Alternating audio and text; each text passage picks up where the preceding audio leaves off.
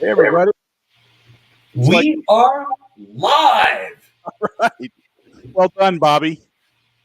Welcome to the San Diego Historical Games Convention kickoff event. I am, of course, your host, Harold Buchanan. This is our. I'm Bobby Factor, Harold's personal Sherpa at SD Hist Con and your comms expert. So for now, Bobby's officially the sidekick. We're going to decide later on what we're going to call him, right? And I don't know that Sherpa's on the list, Bobby. We looked at a list of synonyms for sidekick and couldn't find it. But welcome, everybody. This is the November San Diego Historical Games Convention. The way that this usually works in the before days, do you remember the before days, Bobby? Oh, yeah. In the before days, we used to have these face-to-face conventions where human beings would meet with other human beings and play games. And there wasn't technology, and we didn't have to know what Discord was and all this stuff. We've since learned what Discord is. We're afraid to get close to each other, at least some of us are. And so this convention, the last November's convention, are going to be held online. So here we are online holding the convention. This is the kickoff event in preparation for what's happening Friday, Saturday, and Sunday. So Bobby and I have invited a few special guests.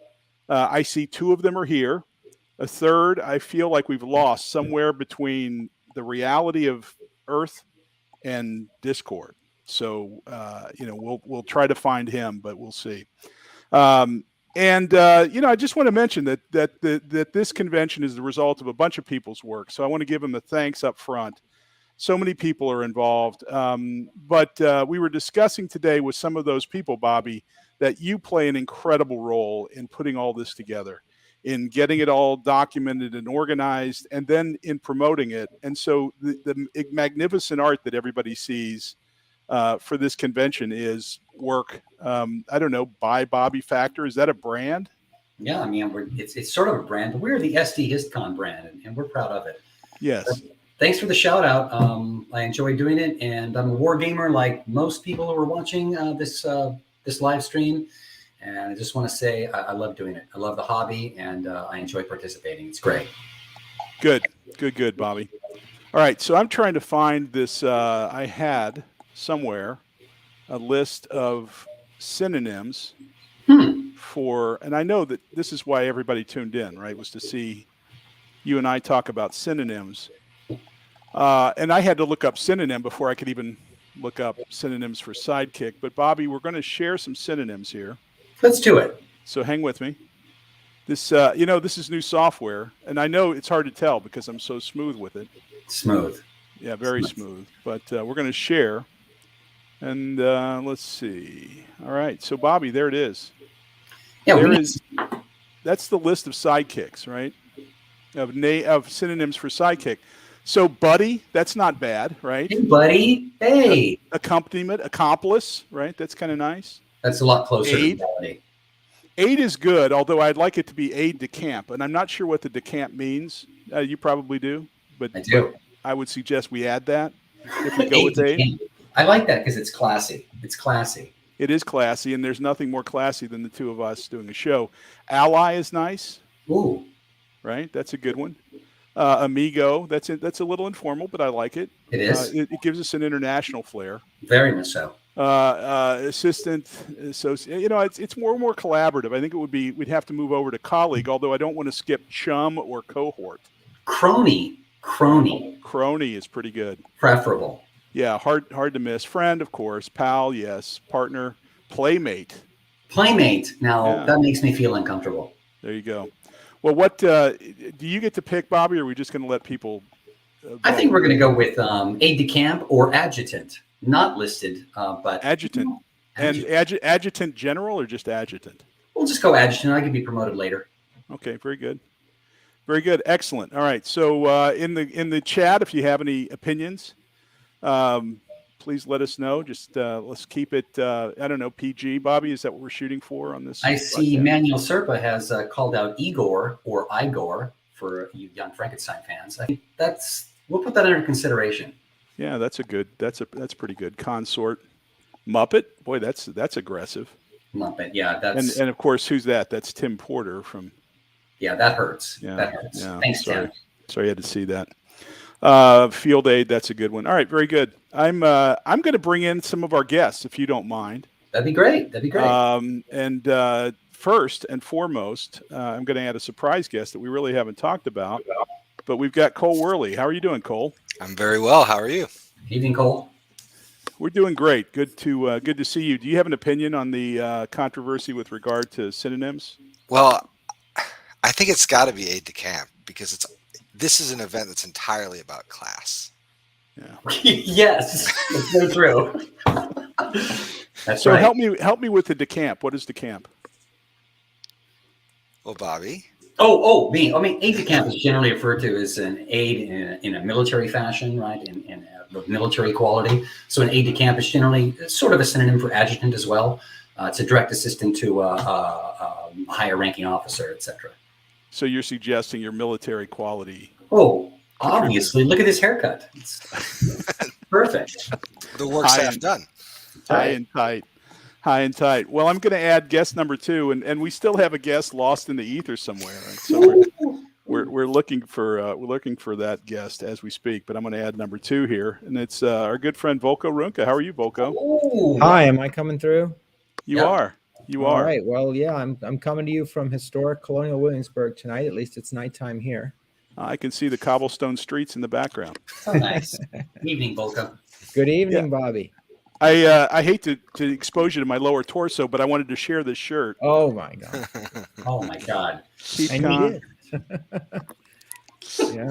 Yeah, and that's selling like hotcakes, Volko. I think we've sold 3 of those T-shirts. 3 million. I mean, it's wow, very good.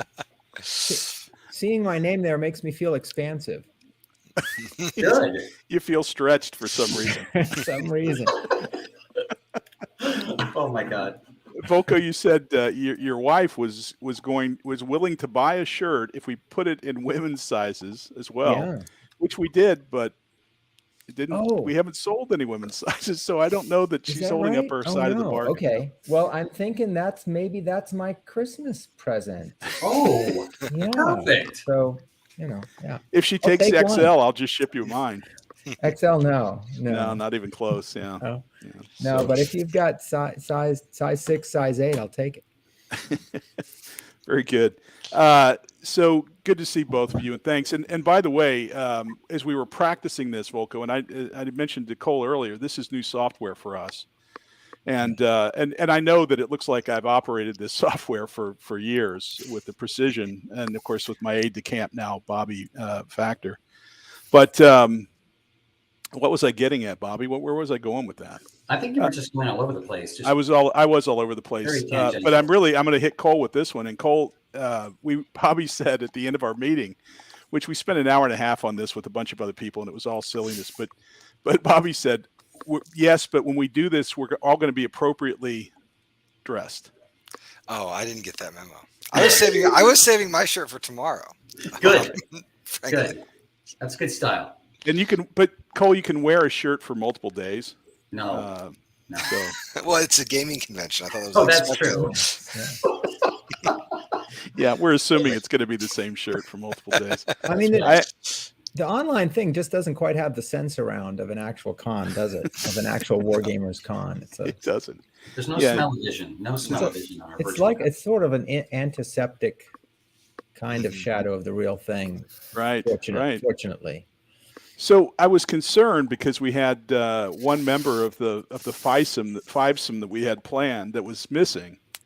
One member of the Pentagon, perhaps the most important. Sorry, Volko and Cole and Bobby, of course, but he's here. So yes. I'm gonna bring the great Mark Herman on and hope that his mic works. So let's see what happens here. Mark Herman, how are you? Perhaps the most important. You have. So I'm gonna bring the great Mark Herman on. All right. So Mark, I'm gonna put you on pause for just a minute. I'm fine, thank you. Yeah. Oh, good. Mark, to shut off YouTube. Yeah. So Mark, turn off YouTube and just use the single link, and then we'll pull you back in because you had some feedback. That's once again more of the professionalism that this organization is built around us. Sometimes it helps if you explain things to Mark twice, so that may be a feature. He'll get this explanation in about a minute. He'll get it. If anybody's going to get it, he'll get it. But he can hear everything we're saying. So Be nice, be kind. So we've got a convention that starts Friday, Saturday, Sunday, and I just wanted to go through what you guys and Mark, when we get Mark enlisted here, I see he's putting on his headphones. What do you all have planned? Volko, do you want to open?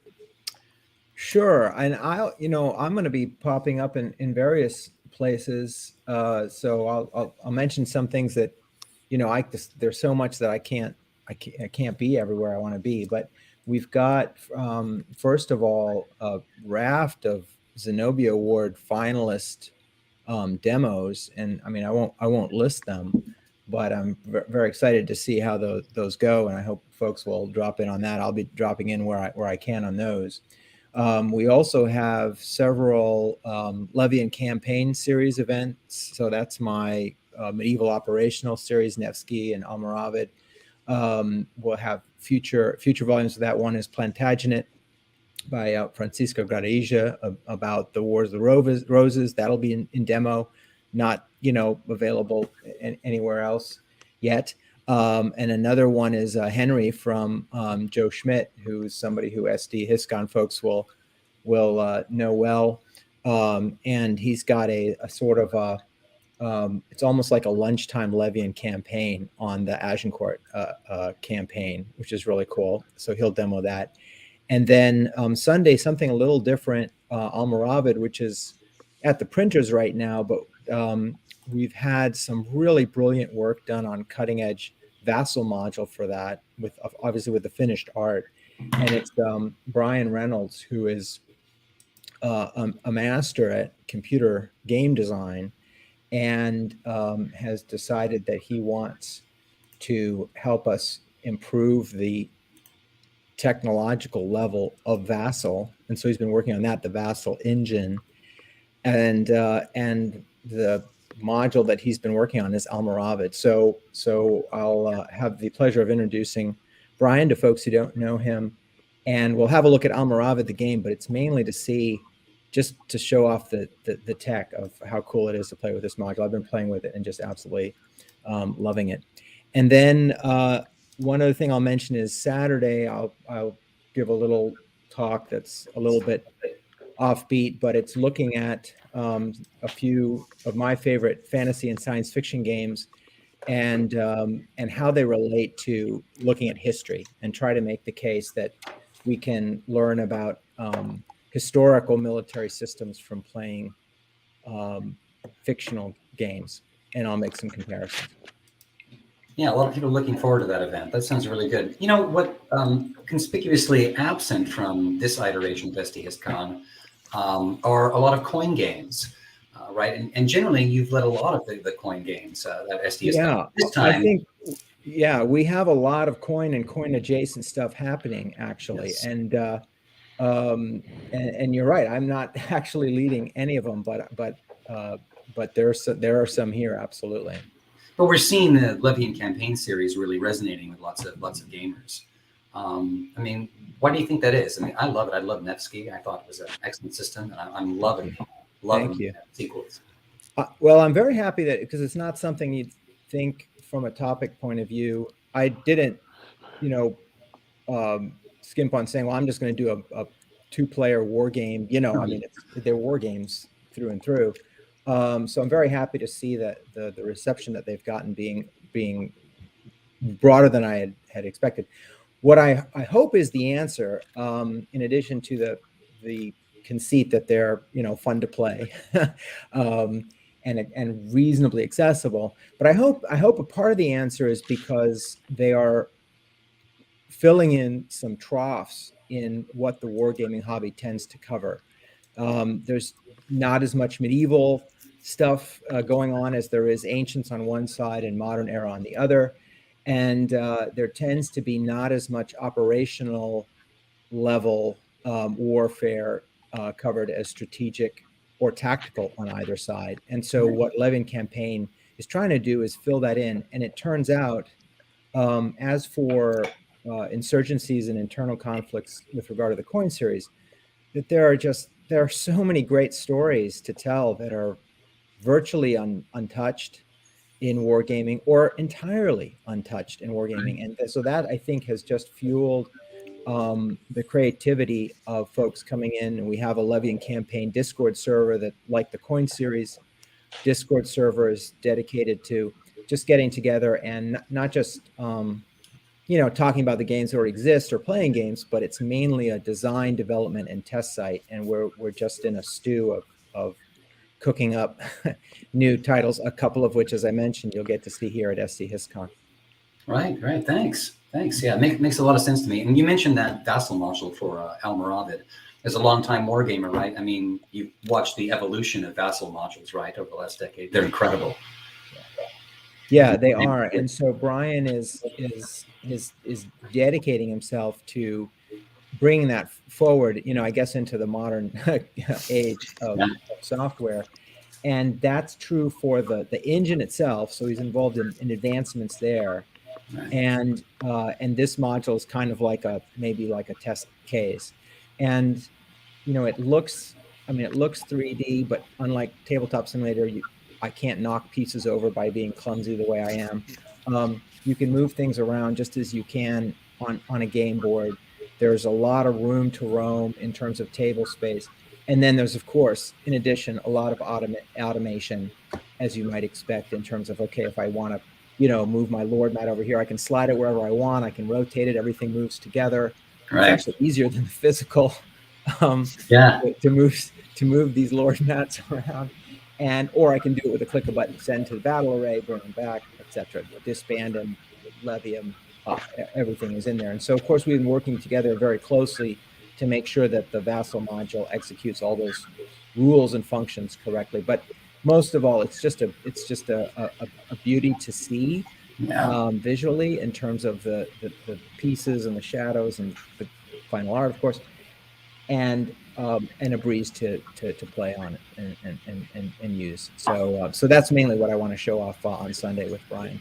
Great, looking forward to seeing it. And we have, of course, the great Mark Herman. Mark, how are you? I'm fine. Can you hear me fine now? Yes. You sound great. The silky, dulcet tones of Mark Herman. Oh, there you go. Hey, Cole. Hey, Mark. Hey, Volko. Hi, Mark. Hey, I've been playing Volko's. I'm not going to say it correctly. Almoravid. How do you say it? Yeah, I've been playing Almoravid. It's great. I've been having a good time with that, and the module is beautiful.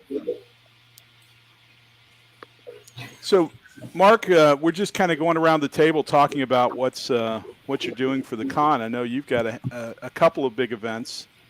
And before we leave Volko, I wanted to mention there are a tremendous number of Zenobia Award-oriented entries that are set up as demo events, etc. So really looking forward to seeing a bunch of those presented to the public. So, Mark, you start off tomorrow morning, right? You start off tomorrow morning with some discussion of the Pacific Wars. Yeah, I guess you have to be honest with you. I've been very busy, so we talked way back when. I just gave you a couple of topics. That's what we're going to talk about, and I guess I'm going to be on a C3I panel with Volko, and Trevor's running it, and there's a couple other people on it. But Ben Hull. There you go. Anyway, so but I'm going to talk a lot about Pacific these days. I just finished the rules for Burma, so Simonich is busy, and moving on. Yeah, that's great. I mean, as a longtime wargamer, right? I mean, as a young man, I had Victor Gaming's Pacific War sitting on my shelf, right? I had a much better hairline then. I'm really looking forward to that second printing. Are you going to be discussing that at all when you're in your gaming? The Pacific honestly, I guess it's the second edition, third printing or fourth printing. I lose track, but it's not. If you have the big box version that came out, you've got pretty much everything that's going to come out in this version. There's no difference. But I have FOMO. just a couple of rules things, but you get that online for nothing. So no, we're moving along.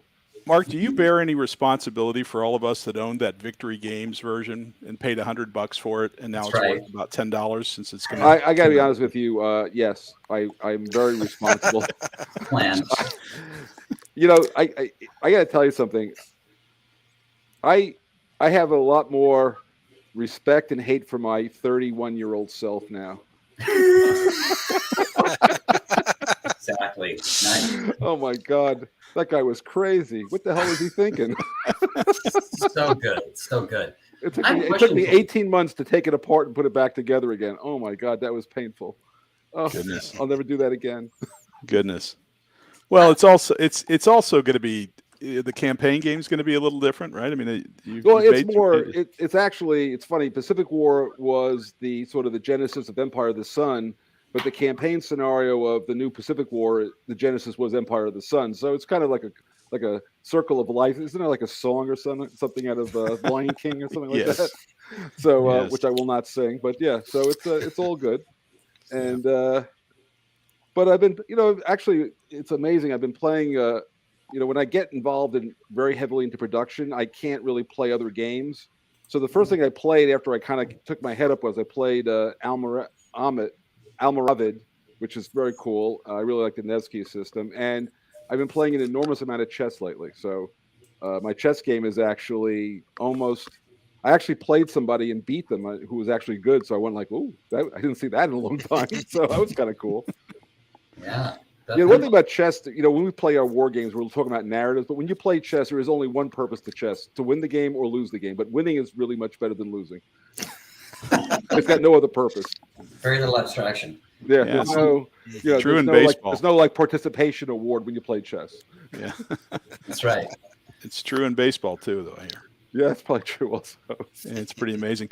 Bobby, I don't know if you can see it, but we've got 2,714, 15, 16 viewers right now. Wow. And it goes up. It seems to go up with one every second. It's very popular. Oh, Very no, cool. no, Yes. it's actually 65. I was It's close to 2017. You know what? In this world, telling a lie doesn't seem to matter. So you might as well just tell them it's 5,000 people. What the hell? Who's gonna dispute it? Exactly. Bobby and I are such good collaborators. Somebody says something stupid, Bobby won't correct me. That's why I love Yeah, him. we're good. That's why he's such a good aide to camp. Right. I have a question for Mark. I mean, so just like our other cons, Mark, and all the events of the designers here, right, are very popular at SD Hist Con, but yours are like auto sellouts. You pack rooms with especially Empire of the Sun. This is the first time I've seen that Empire of the Sun is slightly eclipsed in ticket holders for your Gaming the Pacific War seminar. Well, but why do you think Empire of the Sun resonates so much with traditional Hex Encounter war gamers? If I understood anything that I've ever done, I'd be a lot more successful than I am. So I have no clue. I have no idea. But I'm Bobby. oh my God, this is getting scary. Bobby. Whoa. Bobby. Who can I know have where you live, Bobby. some technical difficulties. Whoa, we're experiencing some sort of invasion. Bobby, you sleep well tonight, All Bobby. right. Wait. I think I know who that is. I do too. I feel a Charles S. Roberts Award. I feel a presentation pseudo Canadian accent. Is that Dan Picaldi? Was that Dan Picaldi or something like Yes. that? Yeah. And That's Dan my thought. Kelly. I recognized the room. I didn't recognize the mask. But I could smell the pipe. yeah, Exactly. yeah, he's a little ganja early in the morning there in Canada. Oh, you know Dan. You know Dan so well. Oh, That's I right. do. I have actually. I was actually having. I was at a WBC and I had just gotten some very disturbing news, which is not important. And Dan wanted to interview me, and we drank a bottle of scotch. I felt much better at the end of it, I must say. Yeah, we saw pictures on Twitter. Yeah. Yes, my wife watched it. She goes, "You were drinking too much." I said, "Absolutely." Yes, I was. Definitely. The best picture was you with the fireman's carry and Dan over your shoulder carrying him up to his room. Oh yeah, well he's a bit heavy. I want to be honest. Yeah. Oh. That's so good. That's so good. So Cole, what's on schedule for you at the convention? Well, I am currently in the process of submitting John Company for editorial review, so I can't.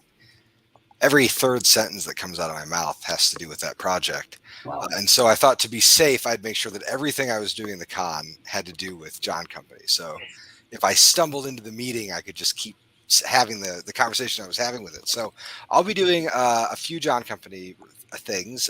My brother is running 2 demos. And this is an interesting thing for us to be demoing, because last year we demoed it and we decided before the start of Historicon that based on how those demos would go, we would decide to launch the project or wait another year. And they went so well that we said, okay, well, that gave us all the clearance we need. And now we get to find out if we've actually made the game better in the last year. So we're going to be demoing it again. And then on Friday night, I'll be talking about all the little changes and kind of doing a design retrospective. It's really, it's actually not quite a design retrospective. It's a development retrospective, which I don't know that anyone will be interested in, because it's going to be very specific and really get into the nitty gritty about why, the number 3 had to change into a number 2 halfway through the last 6 months, and why I argued about it and lost sleep over it. And then on Saturday, I'll be doing a big teach. And the premise of that teach is that there's no limit. It's not really a demo, and I'll have lots of people there, and I'll see if I can get through all the rules, with the hope that someday when someone asks me to learn the game, I can just point them to a record of that video. And beyond that, there are a bunch of different things I want to see. I'll be certainly dropping into some of the Zenobia winners, including Molly House, which I was very privileged to mentor Joe Kelly on that design, and I'm excited to sort of see how the demo goes. And I basically want to spy on all of the future Levian campaign games, because like everyone on this call, I just love the system. And I came at it. I mean, Volko, you mentioned how it has this troubling parentage where it is both a medieval game and also an operational game. And so you've combined 2 toxic elements. But I love operational games, and it's by far my favorite scale of gaming, because I feel like it's the only one that actually, that's not fair, but I'll say it anyway. It's the only one that, to me, that captures the actual problems of leadership.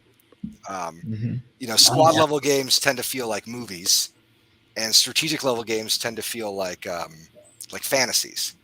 But operational games are really, really in the weeds. So I will say, though, Cole, that having lived through real ones, the strategic level games actually play like the real ones. So for what it's worth.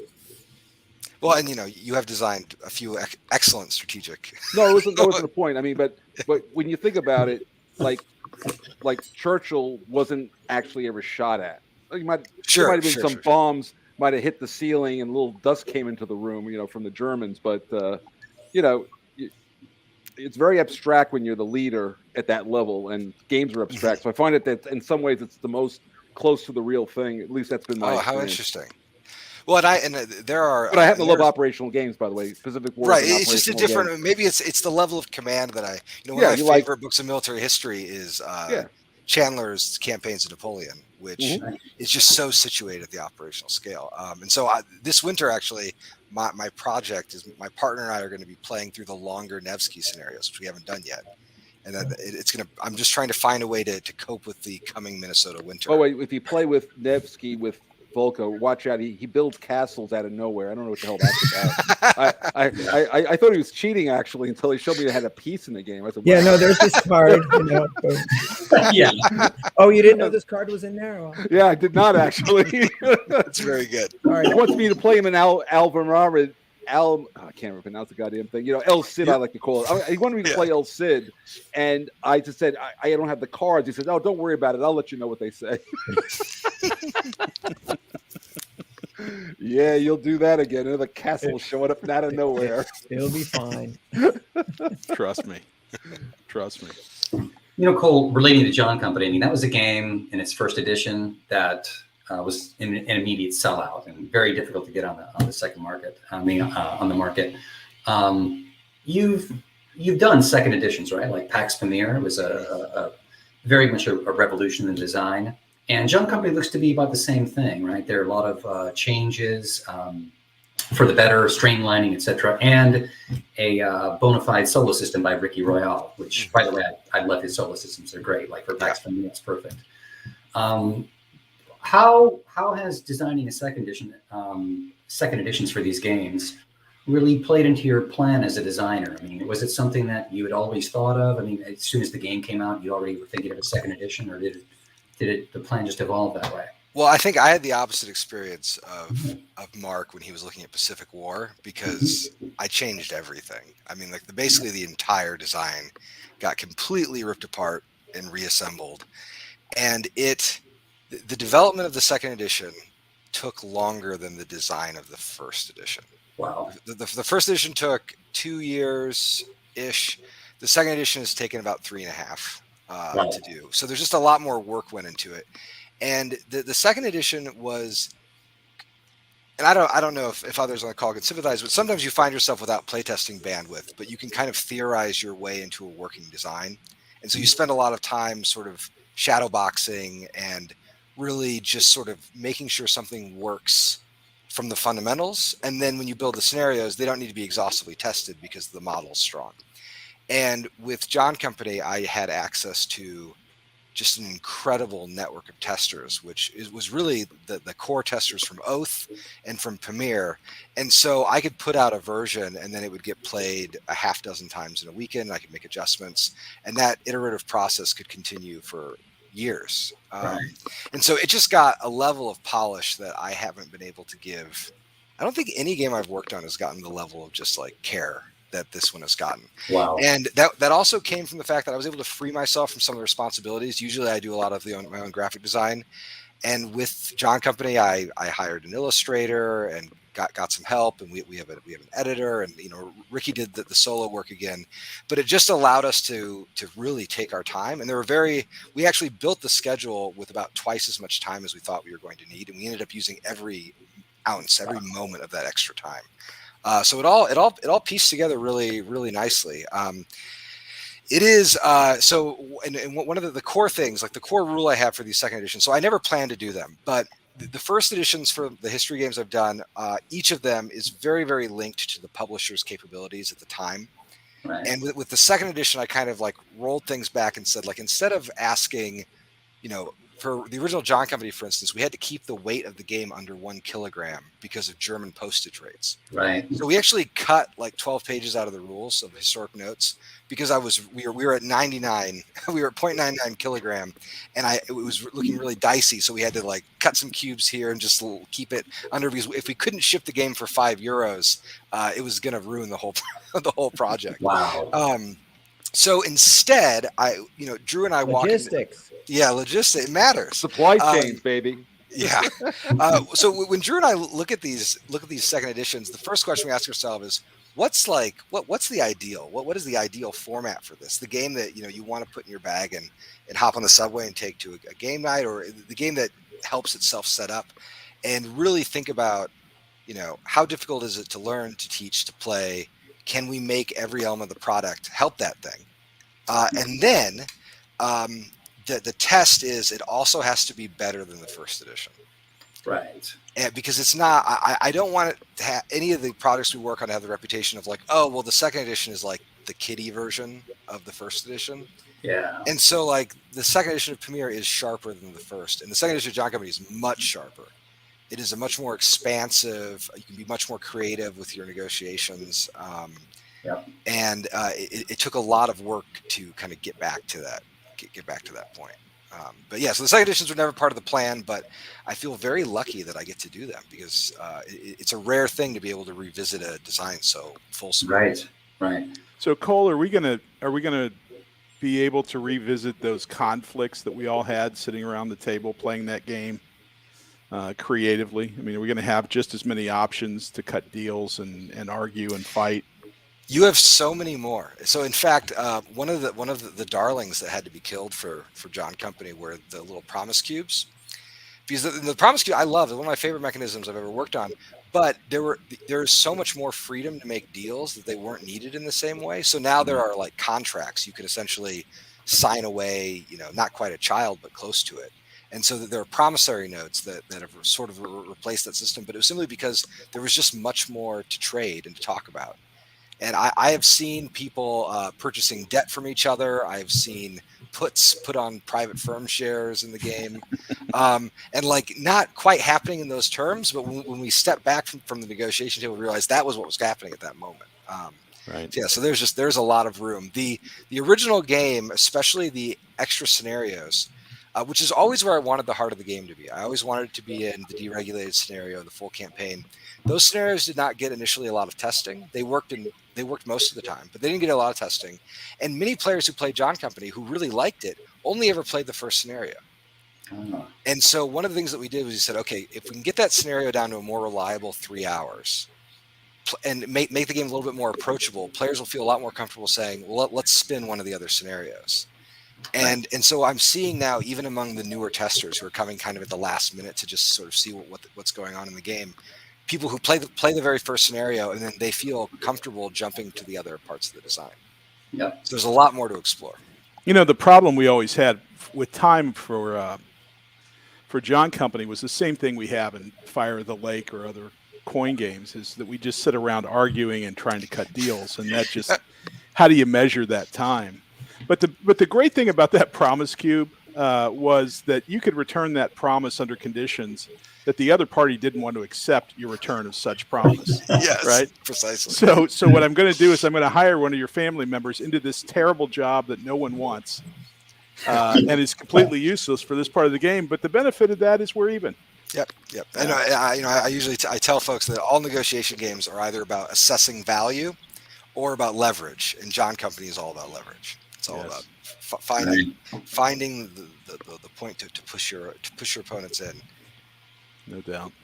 So, Mark Herman, are you doing a lot of testing on Vassal for the stuff that you're developing? How do you test that? Do you farm it out? Do you create a Vassal module? Someone create one? What's your media now? Quite frankly, being ancient. In fact, I used to walk with dinosaurs long ago. Pictures. I send people, it's physical. I mean, they get like a they print out a map and they get graphics of the pieces and they get rules and, they print stuff and they put them on a board. So, I will tell you that my skill set with all of these graphics, I mean, is like non-existent, pretty much. And, I wish I was more motivated, but I'm not. So I usually you have a system that works. But I will say this, that as painful as it was, the only way I know how to pick a setup is to have the physical counter, pick it up, and put it on the map. I mean, I know that people do it in Vassal, and there's, they use, search rope algorithms or whatever the hell they're using. But I literally, when I did, you saw the videos I did on Pacific War, I literally took every single piece, found it, put it on the board, made sure it was in the right place and all that stuff. So it's just old habits. And at this point, old dog doesn't want to learn any new tricks. So, it's kind of how it is. Well, but also old dog doesn't have to learn new tricks, right? Well, I'm not saying it's better or worse. I always tell people I was born in a black and white world, and it wasn't better or worse than this one, but it was much quieter. There wasn't a lot of TV. I read a hell of a lot of books because there was nothing else to do. Played a lot of sports because there was nothing else to do. And I didn't get a Twitter account, and nobody yelled at me and called me names on, electronically. They did it to my face, which usually led to a fight. That ended the name calling. So, it was all kind of a different world. Very, very real. Nowadays, I just, I'm a dinosaur. I use my daughter, who is, a proper millennial, to fix all my basic problems that I have. Nice. Nice. Yeah, those millennials have opinions on that stuff, Mark. Oh, yeah. Well, look, it took me like 10 minutes to find this. This is, by the way, a very nice thing you sent me. Thank you very much, but it works very well. But it took me about 10 minutes to find it, take it out of the bag, and plug it into the right port on this computer. Right. And now everything works beautifully. It's a fantastic world. But I will tell you, I want to tell you a sad story and a good story. So if I got a second. So you all know Rick Barber passed away this year. Great graphic artist. Talking about artists, old friend. And on Thursday, he and I spoke on the phone, and he was mailing me the last maps for Rebel Fury. And then I find out on Saturday that he had passed away, like from a massive, bad thing, whatever it was. Right. And that day, those maps showed up. It was very eerie. But they are set up downstairs. So I will be honoring his last 2 maps as I finish these scenarios for Rebel Fury. So life goes on, but it's a physical world. Ripko was the same way. It's like he used to send me an actual physical map, and then I had to get it scanned and all this kind of stuff. But, we understood each other. It was good. That's true. Those are great maps, by the way. I mean, yeah, and Charlie Kibler has done a spectacular job on the 2 that he's already done. It looks great. Cool. That's great. And I will say that, Cole, my evolution has been, I started on these very complicated games, and I do a complicated game, and I do an uncomplicated game. And then I did Pacific War, and I don't know what the hell I was thinking. And now I'm back to doing something that's more like Gettysburg, stuff I've been doing for Roger, sort of expanded, which I've been enjoying. They play faster, and I don't have to remember all the rules. Yeah, well, your C3I games are great, like Waterloo. I like that game. I mean, I don't. Yeah. I like my own cooking, but it goes back to I kind of discovered a operational skill for Napoleonics through that system. If you haven't seen it, and I get the usual, I like it, I hate it stuff, but I don't care about that. But I personally happen to like that. Caught the right scale and amount of pieces, not a lot of pieces. I like empty map designs, by the way. I like when there's a lot of space and you have rules to handle the fact that there's other things going on. But I like the, and that's what I get in Nevsky also. You only have like 3 or 4 markers moving around at any given time. So, I can concentrate on what I'm trying to do because, my mind is small now and it's just harder. It's so difficult. It can't be small because you're in the last 10 years you've come up with very. I can get my wife in here. She'll tell you. I don't need to. If you need a witness, I'll just get her. She's right upstairs. Sure. Happy to come down. Not willing to debate it. You can't sell yourself too short either on the technical aspects of being involved in the hobby. I mean, the 3 guests that we have here have literally 10,000 posts on forums like Board Game Geek and Constant World in support of their games. I mean, the 3 of you are hyper active and hyper responsive. So, Mark, you still have a lot of talent. You still have a lot of technical capability. Thank you. Actually, by the way, just James Dunnigan and Al Nofi say hi. I told them I was going to be here. They said to say hi to everybody. Yeah, I had lunch with them the other day. Wow. Good to see the boss, He's the only person I still call boss, by the way. Well, hey, why don't you put in a good word? We can have Jim Dunnigan for the next SD Hist Con. Yeah. The thing about Jim is I could probably get him to do this, but let me know. I'll see if I can talk him into it. But the topic will be Jim will start talking. I've never seen anybody in my life who can speak extemporaneously on any topic that you ever can think of and go for 3 hours, and it all sounds good. We can use that. Yeah, that's perfect. That's perfect. Well, let's arrange that, Mark. You and I we talked about doing an interview with Dunnigan, and you set me up with an email exchange. And so he said, "What are you going to be doing?" And I said, "I'd like to do this and this. We'll do an audio exchange, and Mark will help us." And he said, "No." So he clearly seen my work before, and I'll give him a talk. Mark, on Saturday morning, Friday morning, Bobby, I'm trying to be precise. On Friday morning, I'm going to interview Phil Sabin with guest interviewer Volko Runka is going to join us. And so I've done a little bit of research on what Phil talks about. And so there are a handful of YouTube videos, and over and over he mentions Dunnigan's work and references it as he talks through the theory of wargaming. So that's a good sign. So the first time I met Phil, he and I were both guests at a conference of like 5 people in San Marino, Italy. We had a great time, and he, great guy, cool guy to walk around, drink with and eat with and talk with. So you'll have a good time with him. He's a wonderful guy. Absolutely. Good. I'm looking forward to it. Volko, I hope, doesn't mess up the party. So, hey, Volko, anytime you kind of flagging for something to say to Phil, ask him about, velites or, Pelium or something. He'll give you lots of detail on that. It's all good. Yeah. Just talk that stuff. He'll immediately flow into that. You'll be good for 5-10 minutes at least. Yeah. No, my intent is not to use up any airtime. I'll just sit and listen to Phil. Yeah, we're all looking forward to that one. Well, if you're on the dais, you have a higher obligation, Volko. So I'm looking for some good questions. So Volko, you've been using, speaking of computers and Vassal, but you've been using Discord in a very interesting way. Yeah. That's created a real buzz around not only Coin but also Levy and Campaign series.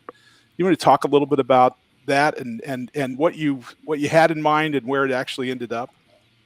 Yeah, I'm spending quite a bit of time on Discord generally, but especially in this Levy and Campaign server.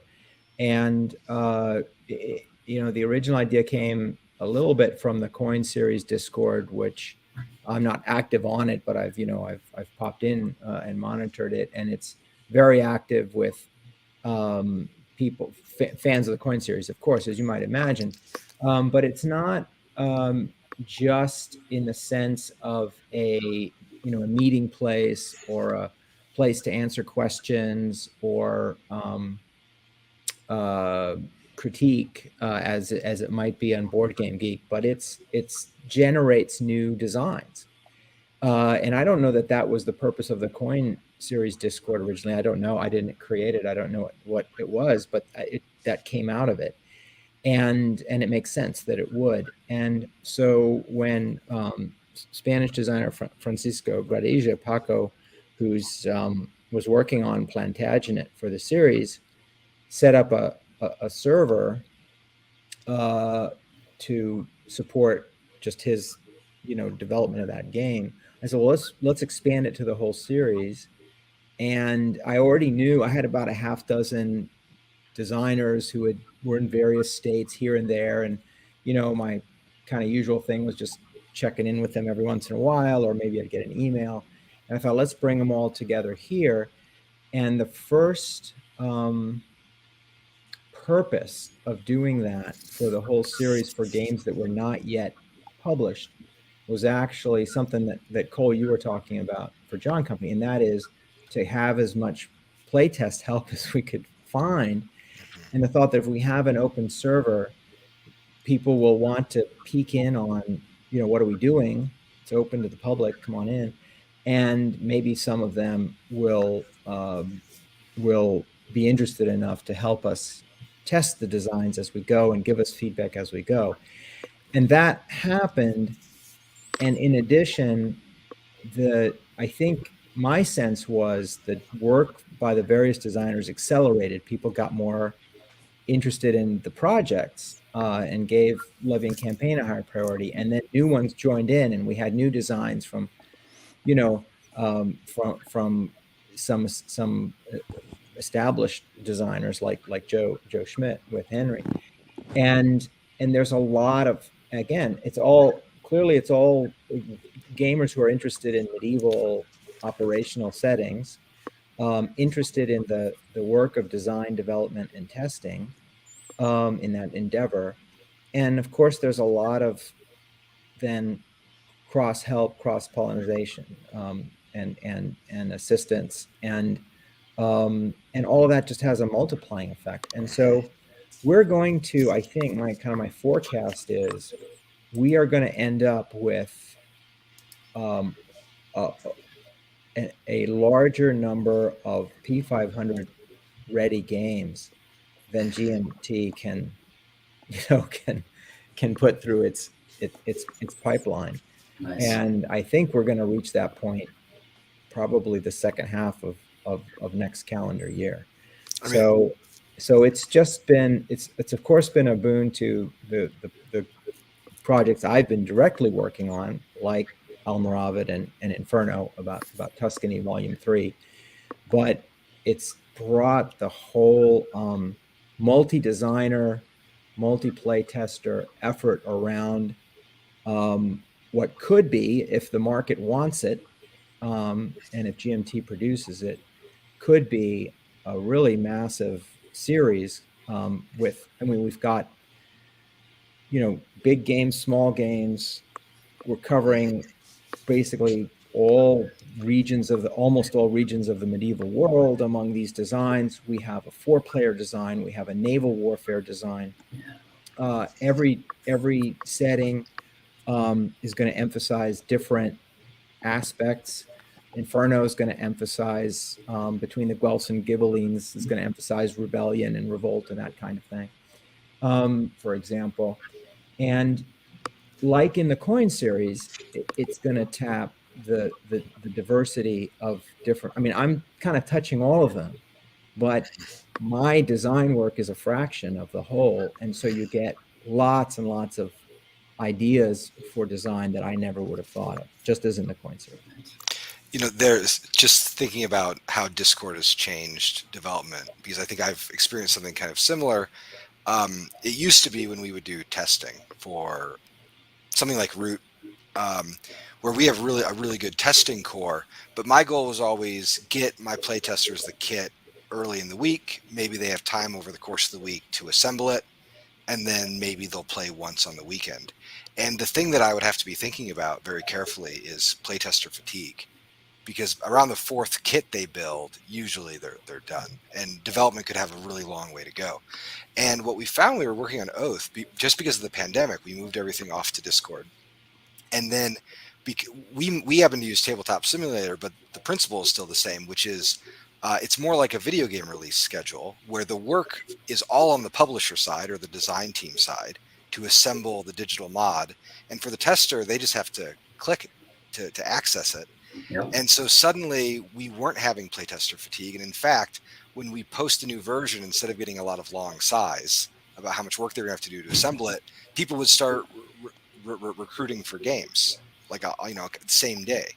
And I found that is carried through. And what we've happened, and this is what's happening in the because I do all of my development for John Company on the Whirligig Discord. Anybody is welcome to see and peruse many thousands of messages of nonsensical argument.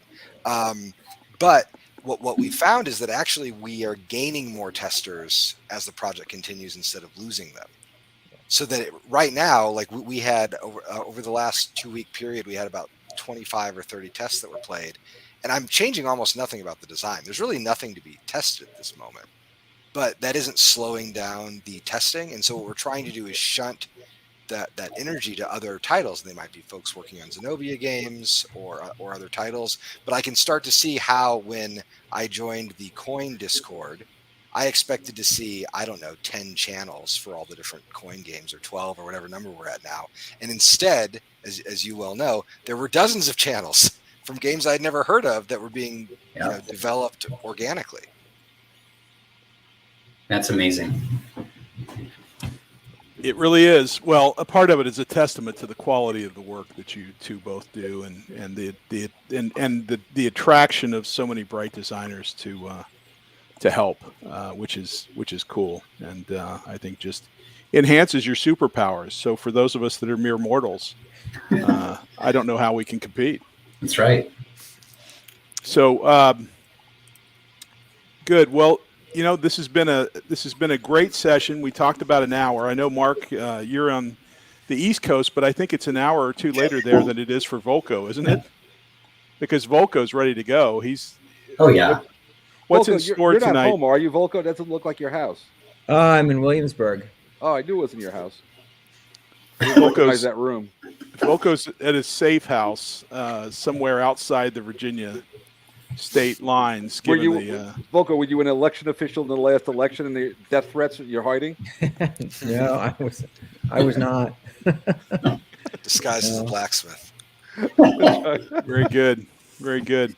So, but I will say just something, because following some of the, there was one of these social media sites that happened to be following the election.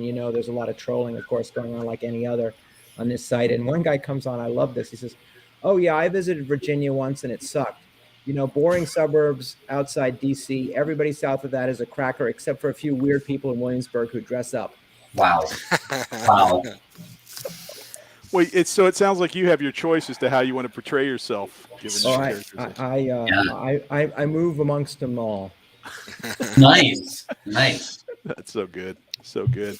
Well, look. So Volko, in closing, there's a request for a link to the Levy campaign Discord. Yeah. So If How do I- you can, you're welcome to drop it here on chat. So if you see comments on the Okay, right let side me of work your on that menu right there. now and see if I can Yeah. pull that. I also in. have, I have a quick wrap-up question for the three of you. I mean, all three of you have been fairly omnipresent at all our conventions, and apropos of the discussion on Discord and how it's opened up avenues for game design, it's pretty much, you know, altered the what we call a convention environment, right? Especially during the pandemic.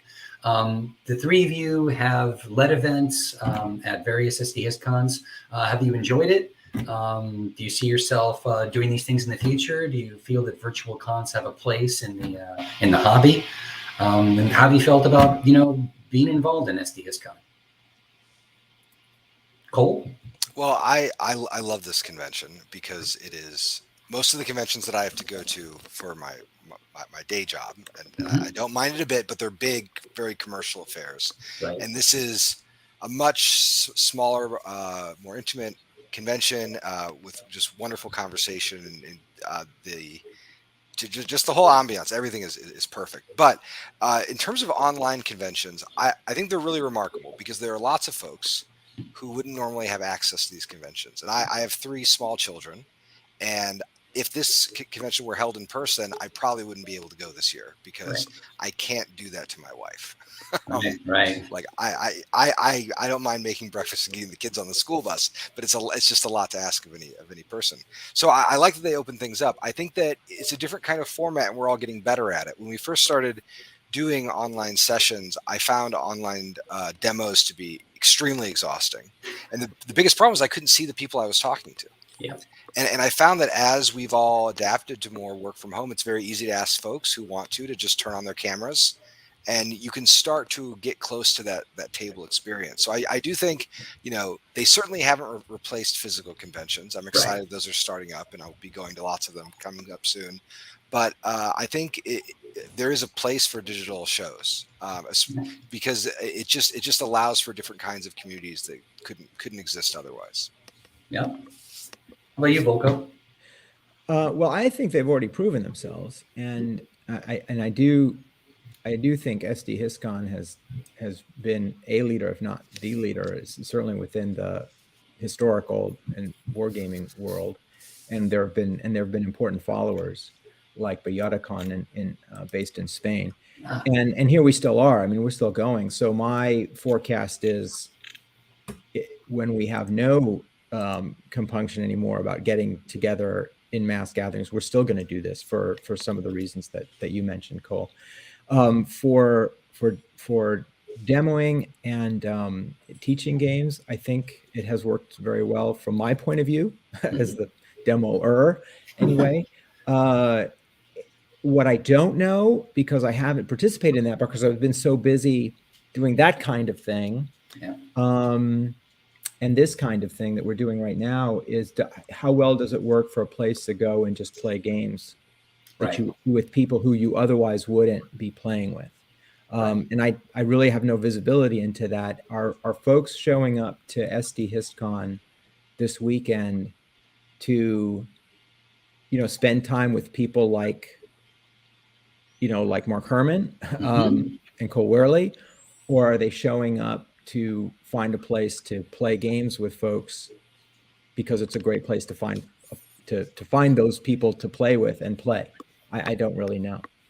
Yeah, there's a tough answer to that question. I mean, they're like a lot of conventions, there are a lot of voyeurs, right? And you know, part of the virtual con experience is a lot of voyeurism. But I do think for the greater part, I think attendees want the accessibility, the exposure to designers. We're a very designer-heavy environment, so I think it's sort of a one-stop shop. And I think there are a good section of players that come to play and want to participate directly when you find those. But I would agree it's quite a bit different in that case from a physical con. But it does fill a gap, and I think that's what both you and Cole have sort of been saying. It does fill a gap, and I think it's definitely taken off. I mean, all over the world. I mean, not just in the historical gaming genre, but for all games. What about you, Mark? You've run some seriously popular events. You are the popular guy. How do you like them? You know, I wish I had been that way in high school. It would have been so much better. Don't burst my bubble. We all think that you've been super all the way through 1957, 1954. I would say that, well, one, I think that given the horrendous situation we've all gone through, this has been, sort of a breath of fresh air. Just to, even seeing Volko's okay. That's how I look at it. But and I think that going forward, I think that as a demo environment, I think it's actually superior than it is at a convention because people are looking at a screen with a Vassal module, which is much easier to see and while somebody's talking you through it than if you're sitting at a table and everybody's crowding around a table with a map. And so, I mean, I think I sat through, Cole, one of your Oath things at PAX Sims in Philadelphia for a little while. And I remember learning it from you at SD Con, and I said, "Wow, I don't know how anyone's going to pick this up. It's very hard, with you're 8 back from the table, and Cole's talking, and see this card here, and you go, and I can't even see the table. I can't let alone see the card. So that's just the physicality of it is not easy from a demo point of view. But I think from playing games, I've played a bunch of games online. In fact, Cole, I don't know if I told you early in the pandemic. I played about a dozen games of PAX Premier with these guys in Germany. It was a great time. I actually know how to play the game now, so I feel good about that. But I think gaming for me is still very much a face-to-face thing. I think, I need to see the terror in my opponent's eyes. Usually Harold when I play him as he's losing. Wow. You just don't get that on SD Con, but I think it's going to be. I don't think it's an either or now. I think it's going to be an expansion of, and quite frankly, the reason I was holding my hand up with 5 minutes, that was my wife saying, "Are you coming to bed?" So you understand. So there's advantages to this and disadvantages to this.